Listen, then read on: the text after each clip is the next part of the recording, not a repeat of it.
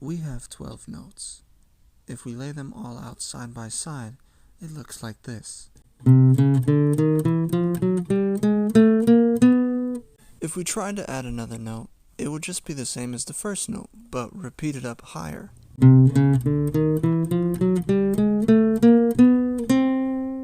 From one note to the next, or from one note to the previous note, is also a half step. For the sake of visualizing, let's split the notes into equal groups, 2 rows of 6. Now starting on any note and moving diagonally in a zigzag gives us half steps.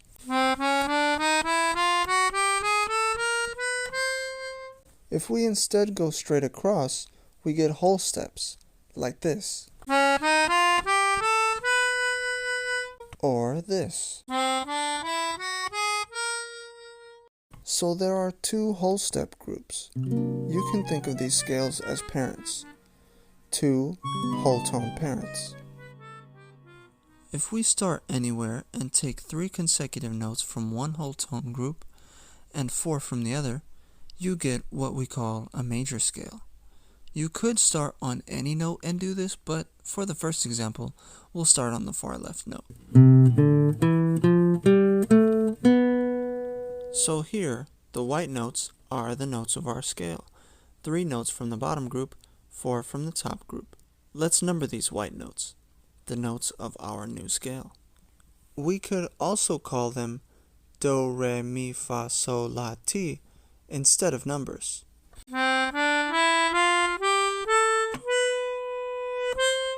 Notice how the scale is mainly made up of whole steps, straight across movements. The only half-step movements where we switch between whole tone groups, are in 2 places, between mi and fa, and between ti and do. Now, theoretically, we could continue the scale again from that higher do, like this. Do, re, mi, fa, sol, la, ti, do, re, mi, fa, sol, la, ti, do. Now let's take the other notes away for a second and just look at our scale. If we go from one scale note to the next scale note, that's called stepwise motion. Now most of them are whole steps, indicated by the lines connecting them. And you can also see how those spaces look a little bit bigger than the space where we go from the bottom row to the top row, or vice versa. Those are half steps. And you can see how those spaces are smaller, like mi and fa, for example. They're close and almost touching. Now let's learn about skipwise motion. Let's say instead of steps, we start on one note and skip over the next, playing do to mi, for example. This creates a pair of notes that have just one note in between them. But we can also do this from every note in the scale. Let's take a look.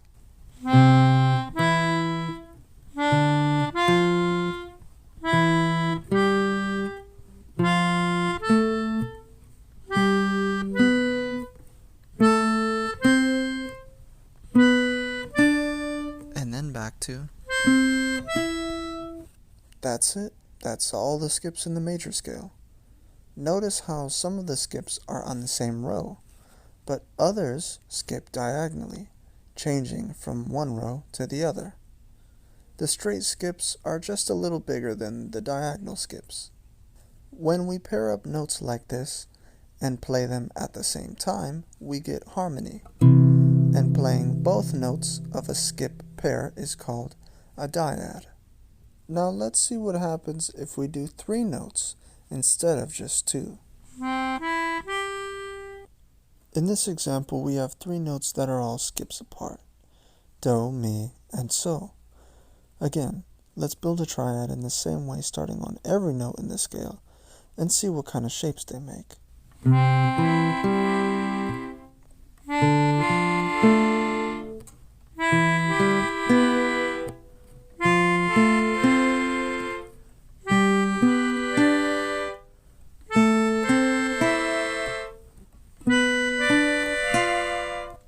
And we're back to. These triads are called root position because the note we start on to build the chord is at the beginning of the chord, just like the roots are at the bottom of a plant. But we could move the root up to the top.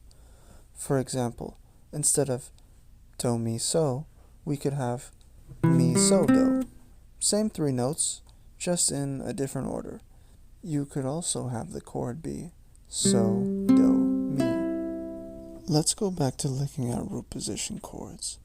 This time looking at quadrads, which are 4-note root position chords. So here we just have the same thing, a chord built from scale skips, each part of the chord only having one note in between it and the next chord tone. Again, we can create quadrads from every note in the scale. Let's look.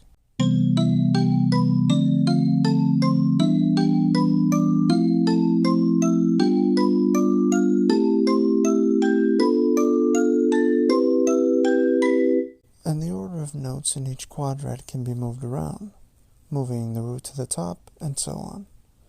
Let's quickly take a look at an example. The inversions of a chord built off of Re. For each of the inversions, we'll hear the notes played individually first, and then all together.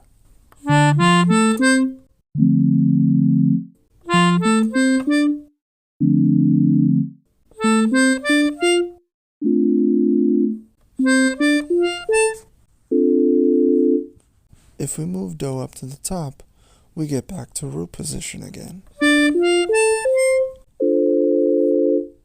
Notice how in this chord, two of the chord tones are next to each other in the inversions.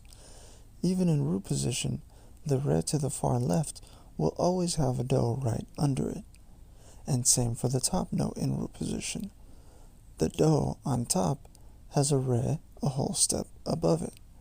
This phenomena of quadrads that have two chord tones that are next to each other, in the same row a whole step apart, we'll call notch chords. If you imagine the last inversion we listed of a quadrad built off of Re, since these chord tones on the left are next to each other, they're a whole step apart. That means that there is actually a note between them. That note isn't in the major scale, but you can think of that note as being tucked away in a little notch between these two adjacent chord tones. Now, most of the quadrads in the major scale are actually notch chords. There are only two that aren't notch chords. Can you guess which ones? The first quadrad built off of do, and the fourth quadrad built off of fa. If we were to invert these chords, we would see that their chord tones end up being next to each other by a half step, so there's no space in between the adjacent chord tones, no notch. Take a look. A do quadrad with do placed on top. The chord tones are highlighted, do, mi, so, and ti. Here we can clearly see that the two adjacent chord tones on the right are a half step apart. There's no space to put another note between them.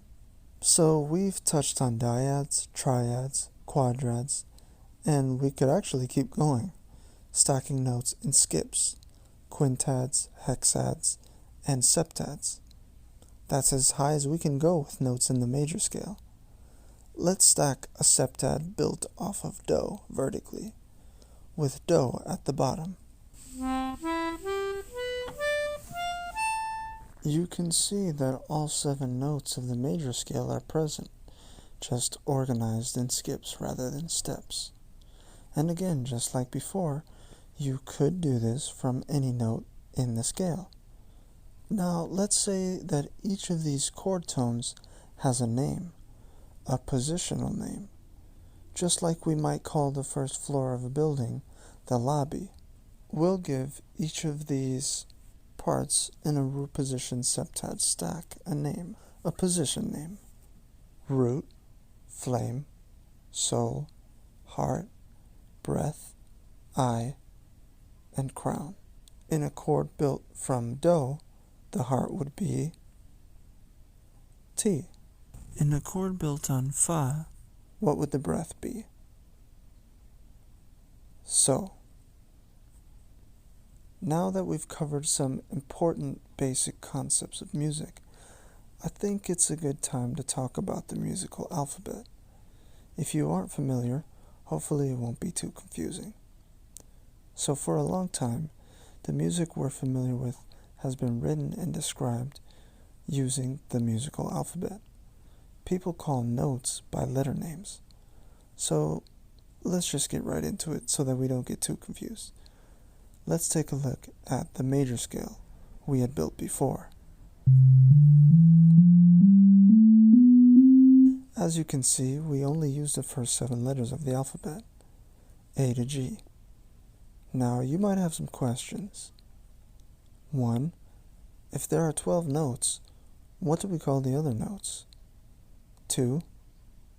Why does the scale not start on A and go in alphabetical order? Well, the truth is, I don't really know. We could arrange the scale so that it is in alphabetical order, but then we'd have a different shape of a scale. It wouldn't be a major scale starting on Do. Let's look.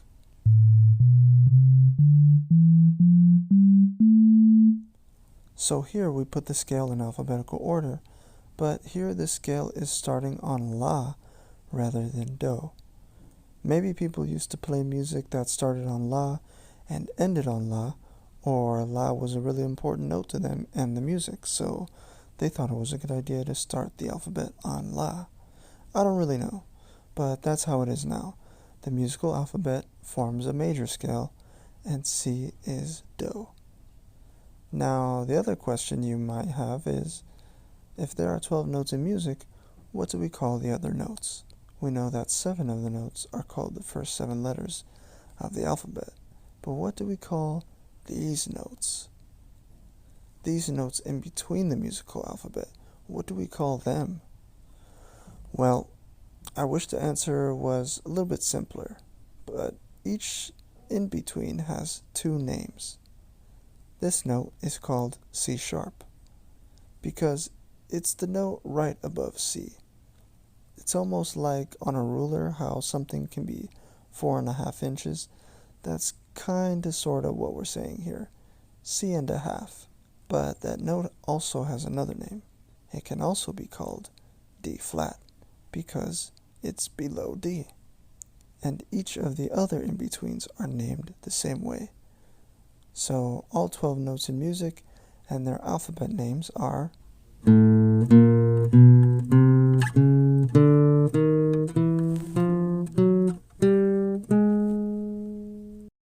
So earlier when we said we could build a major scale off of any note, we started on C.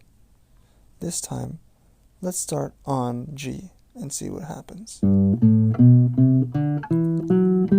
Notice, just like before, we have 7 notes. 3 notes from one group, 4 from the other. Let's look at our scale without the in-betweens.